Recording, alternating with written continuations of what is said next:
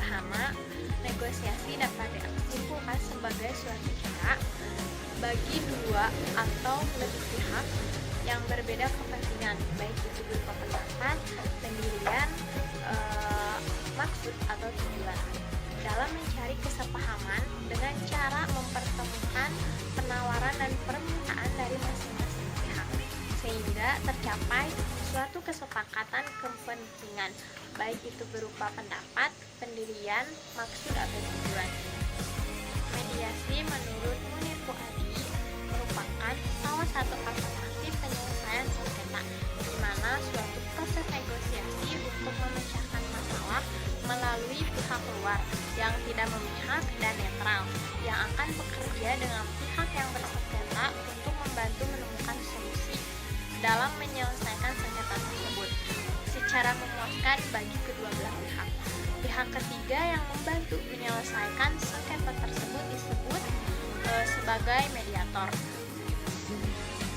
Arbitrasi menurut Al-Khairi and Edna Al-Khairi merupakan suatu proses yang mudah atau simpel yang dipilih oleh para pihak secara sukarela yang ingin agar perkaranya diputus oleh juru pisah yang netral sesuai dengan pilihan mereka, di mana keputusan berdasarkan dalil-dalil dalam perkara tersebut.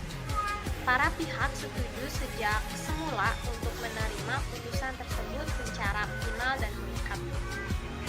Secara sederhana, arbitrasi merupakan penyelesaian konflik melalui bantuan pihak ketiga yang mempunyai otoritas untuk menentukan hasil atau solusi untuk konflik. Perbedaan dari ketiga strategi penyelesaian konflik tersebut yaitu pada mediasi. Pihak ketiga adalah mediator yang bertugas sebagai penengah, memfasilitasi proses negosiasi dan sebatas memberi masukan. Sedangkan pada arbitrasi, pihak ketiga adalah arbiter yang dapat memberikan putusan atas permasalahan tersebut. Yang pertama yaitu harus fokus terhadap tujuan yang ingin dicapai. Yakin terhadap apa yang akan diputuskan. Yang kedua, harus bisa mengendalikan emosi dengan cara meredam emosi dari masalah yang dihadapi.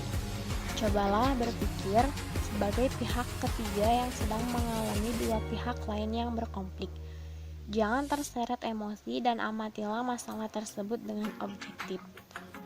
Ketiga, harus memahami betul tugas dan lakukan tugas tersebut.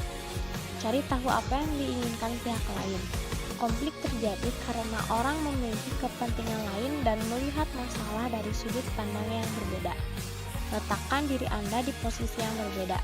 Pahamilah posisi mereka dan coba rasakan jika Anda menjadi mereka. Keempat, fokuslah pada masalahnya bukan pada orangnya. Jangan bertindak defensif atau menjadi emosional. Berkomunikasilah dengan cara yang hangat dan tidak mengfonis. Jangan tergesa-gesa menuju solusi, jangan menyela atau menantang, ciptakan posisi interaksi yang positif. Kelima, setelah memahami posisi masing-masing, lakukan pertukaran pendapat dan gagasan. Jangan langsung mengevaluasi gagasan atau pendapat orang lain. Catat dan renungkan. Secara bertahap buat solusi semakin mengkerucut. Ingatlah, lakukanlah secara bertahap, tidak melompat dan jangan tergesa-gesa.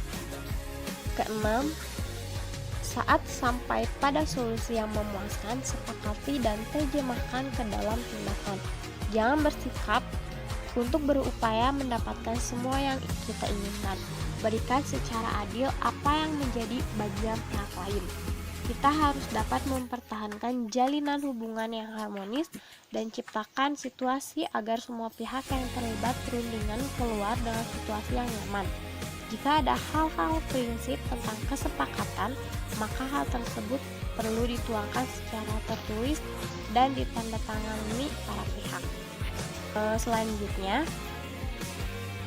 ada juga kolaborasi. Dengan cara ini, pihak-pihak yang saling bertentangan akan sama-sama memperoleh hasil yang memuaskan. karena mereka juga justru bekerja sama secara sinergis dalam menyelesaikan persoalan dengan tetap menghargai kepentingan pihak lain. Singkatnya, kepentingan kedua pihak akan tercapai.